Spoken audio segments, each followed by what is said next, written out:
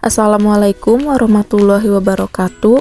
Pada kesempatan kali ini, saya akan menyampaikan kampanye praktik baik penerapan scaffolding pada Zone of Proximal Development atau ZPD untuk memenuhi ujian akhir semester mata kuliah perspektif sosiokultural dalam pendidikan.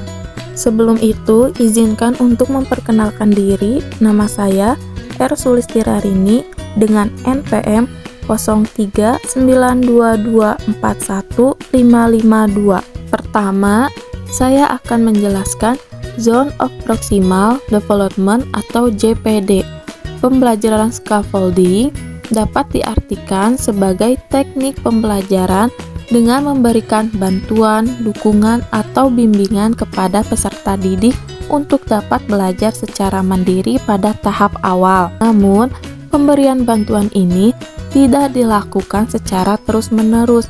Guru akan mengurangi bantuan yang diberikan seiring dengan adanya peningkatan kemampuan pada peserta didik. Zone of Proximal Development atau ZPD dapat disebut dengan perkembangan kemampuan peserta didik sedikit di atas kemampuan yang sudah dimilikinya, merupakan jarak antara kemampuan peserta didik untuk melakukan tugas di bawah bimbingan orang dewasa dengan pemecahan masalah secara mandiri sesuai dengan kemampuan peserta didik. Lee Vygotsky menyatakan bahwa seorang pengajar harus mencari dan mengetahui ZPD peserta didik agar dapat memberikan bantuan belajar.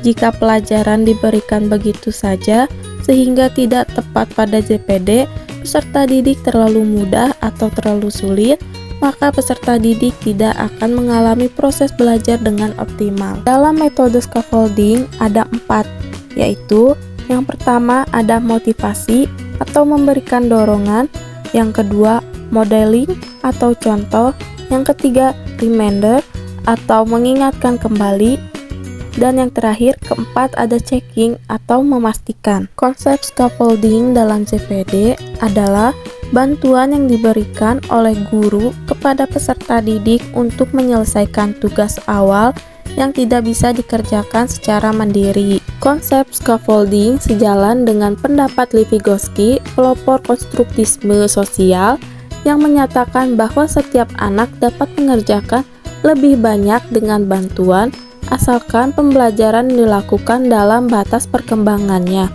Dalam penerapan scaffolding, guru memberikan bantuan bertahap kepada siswa, kemudian berangsur-angsur dikurangi.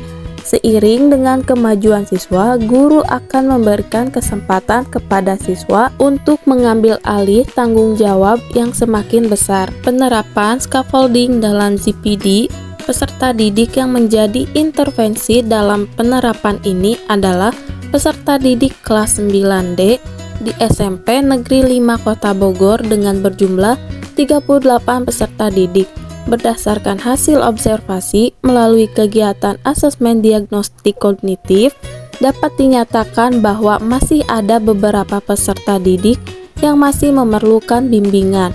Maka dari itu, saya menerapkan scaffolding pada ZPD dalam proses pembelajaran mata pelajaran bahasa Indonesia dengan materi teks eksplanasi.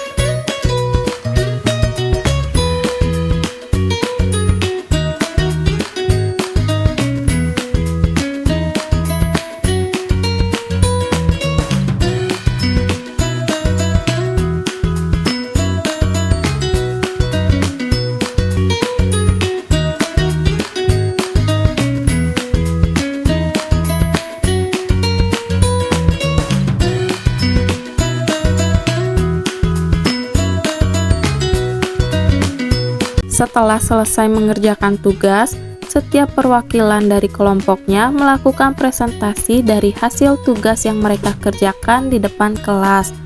Dan peserta didik yang lain mendengarkan, memberi masukan, bertanya, atau mengomentari.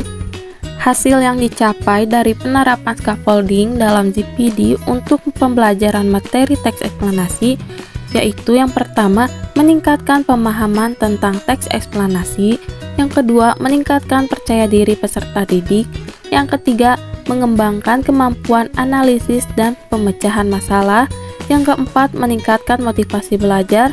Yang kelima, melibatkan peserta didik secara aktif. Yang keenam, peningkatan hasil belajar. Dan yang terakhir, ketujuh, mencapai kemampuan mandiri.